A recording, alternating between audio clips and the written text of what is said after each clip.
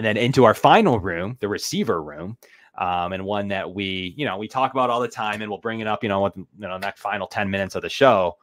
Let's let you start with this one. The receiver room, good and well. We saw great plays from Chase Claypool already. Is he going to make a push over Justin Shorter?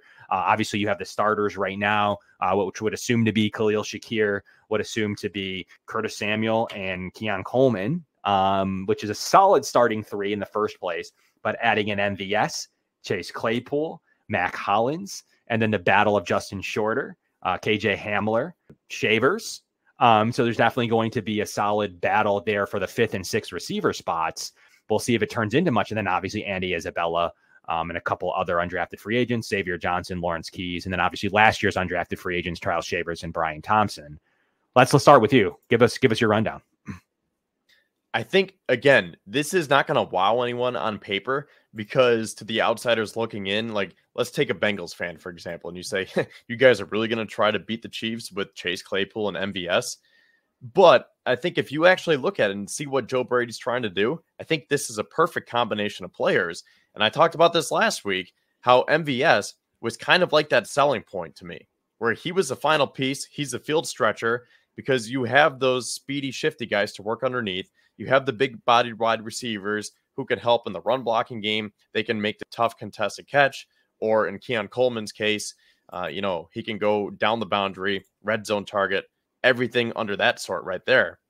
And now MVS was kind of the final piece. So as much as we've been saying, oh, who could the Bills go sign or trade for after Trey White's money comes in on June 1st, which is quickly approaching. I'm just realizing time's flying here.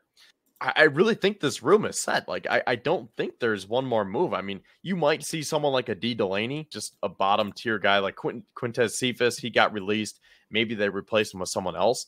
But I really think that MVS might have been the conclusion here to the offseason of the Bills wide receiver room. And one last thing I'll say is I think Kincaid is essentially wide receiver 1 in terms of targets. So I don't want to say that Curtis Samuel's wide receiver 1 right now, or Keon Coleman's wide receiver 1, I just think it's going to be a wide receiver by committee approach. And I think I like what they're doing. I think so too. I think we're going to keep, just for this purpose of this discussion on this show tonight, we'll keep Kincaid in the tight end room because we both gave it like kind of an A room.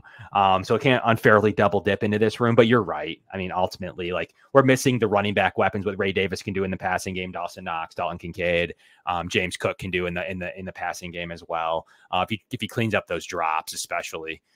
So there's a lot going on, and fringe help. Can Frank Gore help in that Frank Gore Jr. help in that regards? There's definitely some fringe players not included in this discussion for sure, especially with the Joe Brady offense. But yeah, you're right. I mean, people at face value are going to say MVS, Mac Hollins, Chase Claypool. Yeah, sure. But those are our 4th, 5th, and 6th receivers. So no, our plan is not to beat the Chiefs with our 4th, 5th, and 6th receivers. But I will say that 4th, 5th, and 6th was definitely better than last year when there were some injury problems and some production concerns at the receiver position, where Trent Sherfield was a catastrophe filling in for Gabe Davis. Hardy couldn't get anything going. So the Bills upgraded all of those backup spots. And sure, they let Stephon Diggs for Keon Coleman kind of swap go. And sure, he's not going to be as good as Stephon Diggs day one. But I'd argue the rest of the unit is upgraded. So that's really where it comes down. How much of a downgrade from Diggs is Keon Coleman? We'll see. At least last year's Stephon Diggs. And then factoring that downgrade, how much of an upgrade then is this year's Khalil Shakir, this year's Curtis Samuel, and then obviously Mac Hollins, MVS, Chase Claypool, Justin Shorter, whoever. How much of an upgrade will they be over the fringe players last year that the Bills, just couldn't get going? Like, they just really didn't have anybody after Gabe Davis until they developed Khalil Shakir, who's back. But there just really wasn't anyone there. And that was a major problem on this Bills offense. But now, if Chase Claypool's back and bodying people like he's able to do, it's going to be interesting to see if he goes higher than just the 6th receiver on this roster. And MVS and Josh Allen just seem to have some natural connection, which is why I'm assuming that deal got done. Something about his game and their connection with Josh Allen is enticing to the Bills and Josh. So when that ever happens, you kind of see that John Brown-like connection, an Emmanuel Sanders-like connection, where are we underrating it? But that was like a Josh Allen choice of target based on his game, his skill set, his speed, and what he's able to do. So MVS at face value may not be impressive, but the way that he's able to go with Josh Allen and then Chase Claypool, what he's already looking good, and then whatever they're going to do is shorter. I don't know, man. I just think that they're upgrading every other spot at the receiver room minus the downgrade at receiver 1 for the moment between last year Diggs and this year Keon Coleman. Will that end up evening out? Maybe, maybe not. But the rest of the room is upgraded. Yeah, I would agree with that. So in terms of ranking this wide receiver room and trying to put numbers on them, would you have Keon Coleman as wide receiver 1? Because originally, originally I was thinking that was a Gabe Davis replacement, but then you say, well, technically Claypool and MVS were the Gabe Davis replacements. So that kind of knocks up Keon Coleman. So then you say, is Keon Coleman wide receiver 1, or is he wide receiver 2, Curtis Samuel's wide receiver 1? But then if you put Keon Coleman down to wide receiver 2, then you're going back to the Gabe Davis replacement. And in that case, it should be MVS and Claypool. But I have those guys as wide receivers 4, 5, and 6. So that's why it gets so convoluted, and I don't know how to rank these guys. So I guess for the sake of this conversation, are we putting Keon Coleman at wide receiver 1? And then does Samuel go to 2? And then Shakir 3? I think so. I think for purposes of at least of this discussion, I think that you have Keon Coleman and his body type and what he's doing as receiver 1. Yeah. I mean, I just wouldn't consider Shakir's going to make a nice upgrade.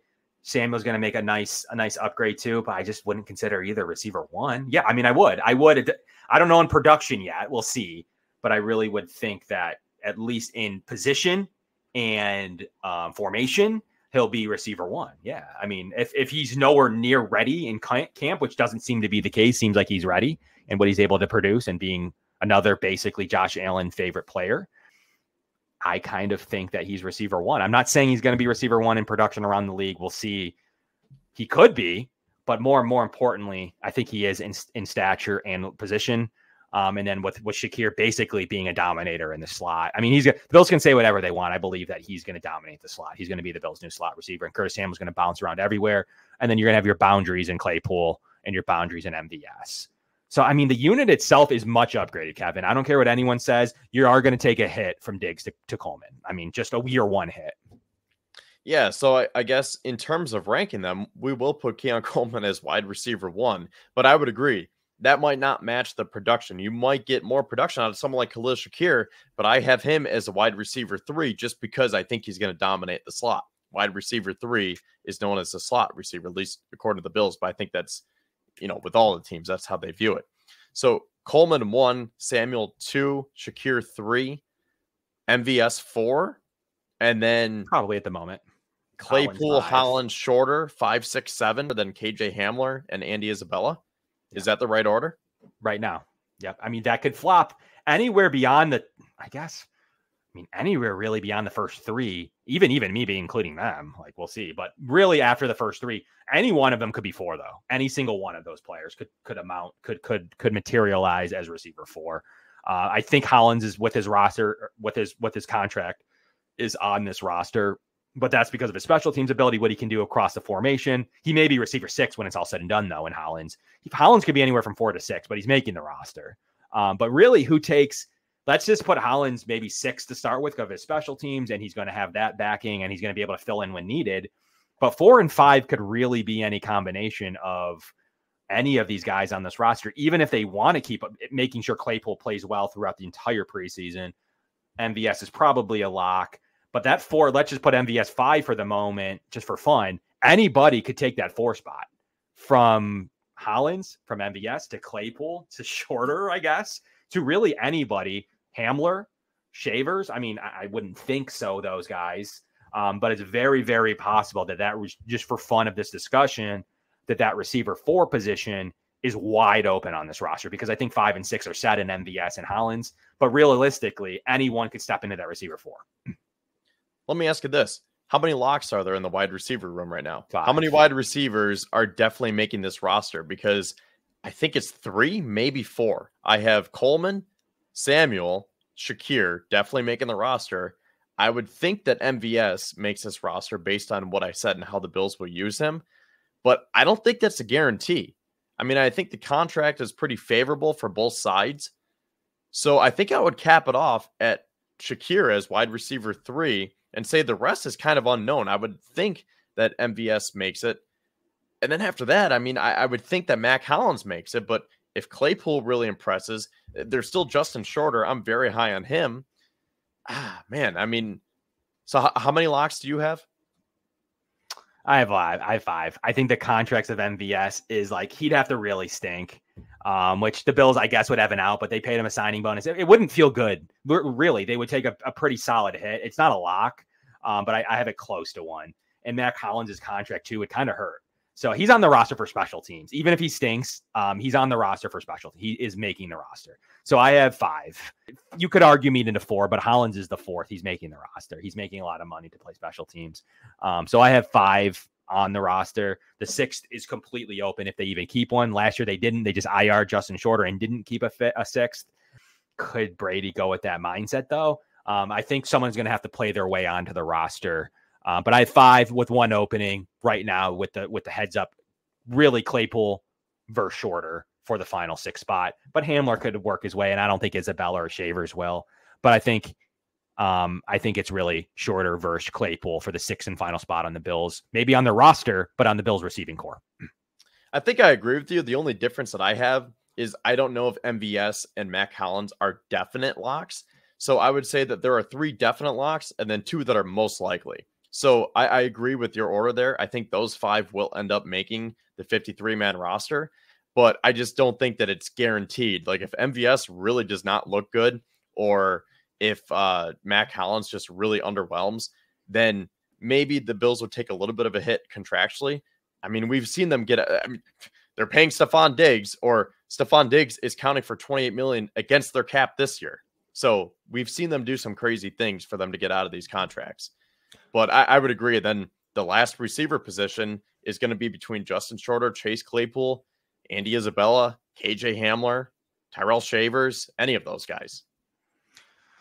Yeah, I think the difference is like when they cut, let's like use OJ Howard as an example.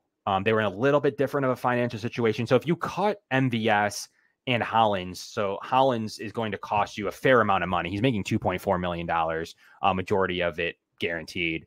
It's a lot of money to cut him. He'd have to, and then you're signing him for special teams anyways. He'd have to be an abomination on special teams to not make this roster and not produce anything on offense. I consider him to be a lock, but anything's possible if he's really poor, has an injury, doesn't play all offseason. The Bulls probably IR him in that case. They have to pay him anyways. So then to cut him, you lose that, obviously that 2.4. But guess what you have to do as well? You have to roster another receiver. So let's say Shavers makes it over him. You then got to pay another $800K to cut him on top of the dead cap hit. And the Bills just, anything's possible.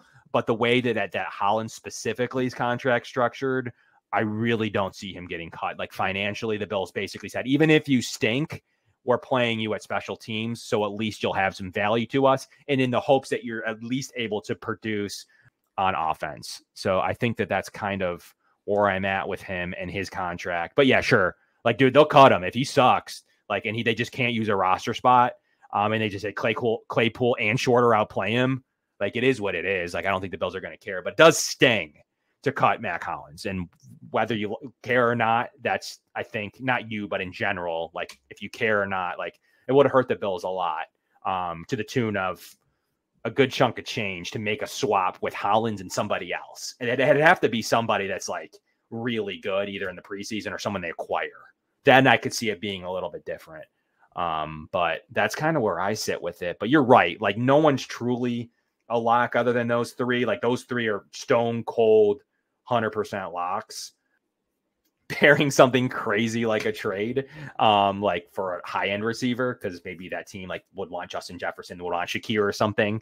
But outside of something absolutely insane, those are the 3 locks. But I do have those 2 as like 99.5% locks. And then I have the true battle of Claypool versus Shorter for that final position. I don't think they're going to want to roster another slot in Isabella, but truly I think the reason they signed those big guys were to have that backup boundary that they're looking for on the roster. So that's kind of where I stand with everything, Kevin. Like, kind of give us your final wrap on the spring roster and OTAs and anything you saw. Well, just to confirm, it is 31 million actually, right? For Diggs, he accounts for 31 million on the books this year. Yes. Okay, so I said 28, but it's actually 31. And one last thing I'll say about Stephon Diggs is he's not reporting to OTAs in Houston. Funny.